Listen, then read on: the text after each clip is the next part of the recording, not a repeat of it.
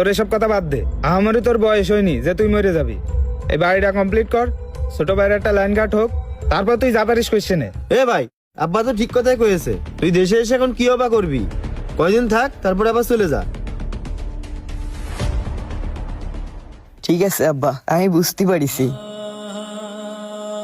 আমারই শুধু ওই দূরপ্রবাসে বাপ মারে দেখার জন্য, বাড়ি আসার জন্য মন খারাপ করে।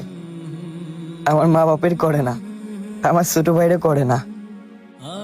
যদি করতো তাহলে আমার দেশে আসি কথা কওয়ার আগে আব্বা মা আমারে কইতো যে অনেক বছরই তো বাইরে থাকলি, এবার দেশে আয়, আমাদের কাছে আয়। আব্বা আমি চলে যাচ্ছি আজকে, আমি তোমাদের কাছে আর কখনো আসতে চাবো না। আর ওই দুই প্রবাসে থেকে আমি তোমাদের প্রত্যেকটা স্বপ্ন পূরণ করব। যা পাওনি দুনিয়া আমি সবকিছু তোমাকে দেব। আমার শরীরে যতদিন রক্ত চলাচল করবে, আমি মারা যাওয়ার আগ পর্যন্ত এই দেশে আসবো না।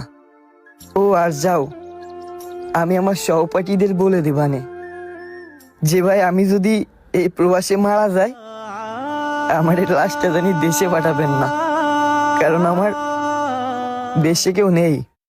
আবার আমি চলে যাচ্ছি, আমার আর এক সেকেন্ডে তোমাদের কাছে থাকতে ইচ্ছা করতেন না।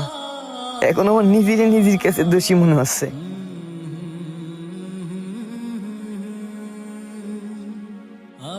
এই প্রবাসী ভাইরা কি ভাই, পরিবার সবকিছু তাই না? নিজের পকেট খরচের টাকাটাও পরিবারের বিপদ শুনলে, পরিবারের দরকার হলে পাঠাই দিচ্ছেন। নিজের সর্বোচ্চ বিসর্জন দিয়ে পরিবারকে ভালো রাখতেছেন, কিন্তু এই পরিবার আপনাকে কতটা ভালোবাসে, আপনাকে মিস করে কিনা একবারও জানতে চাইছেন? জানবেন কি করে? কারণ আমরা প্রবাসী, আমাদের কাছ থেকে মানুষ টাকা নেওয়ার জন্য, প্রয়োজন মেটানোর জন্য, সকাল পূরণ করার জন্য ওই ফোনে খুব সুন্দর করে মধুর সুরে কথা বলে, আমাদের খোঁজ নেয়। মনে হয় যে তারা আমাদের ছাড়া কিছুই বোঝে না। হ্যাঁ রে ভাই, হ্যাঁ, আমাদের ওই দেশে রেখে আসা মানুষগুলা আমাদের এরকম উপর খুব ভালোবাসা থাকে, কিন্তু আসলে ভালোবাসে। যদি ভালোবাসতো তাহলে তারা আমাদেরকে ডাকতো, আমাদেরকে কাছে চাইতো। দুনিয়াতে ভালো থাকার জন্য অনেক অর্থ সম্পদের দরকার হয় না। দুনিয়াতে ভালো থাকার জন্য আপন মানুষ, কাছের মানুষ কাছে থাকলেই শান্তি, একসাথে থাকলেই শান্তি। হ্যাঁ, আমরা প্রবাসীরা নিজেদের সকালাত বিসর্জন করেই প্রবাসী আছি, কিন্তু এই বলে তো এই না যে আমাদের মন বলতে কিছু নাই, আমাদের সকালাত বলতে কিছু নাই। আমাদেরও আছে, কিন্তু কেউ জিজ্ঞেস করে না, তাই কেউ জানতে চায় না, তাই বলি না। না হলে আমাদের মনেও অনেক কষ্ট আছে। আমাদের ওই স্ত্রীর সাথে পাশাপাশি বসে মন খুলে কথা বলতে ইচ্ছা করে, মা বাবার সাথে মন খুলে কথা বলতে ইচ্ছা করে, ছোট ভাই বোনের সাথে কথা বলতে ইচ্ছা করে, এলাকায় কেউ মারা গেলে মুখটা একবার দেখতে ইচ্ছা করে, কিন্তু কপালে থাকে না। হ্যাঁ, বলতেছিলাম এক হতভাগা প্রবাসী যে কিনা নামে আর প্রয়োজনে বেঁচে আছে,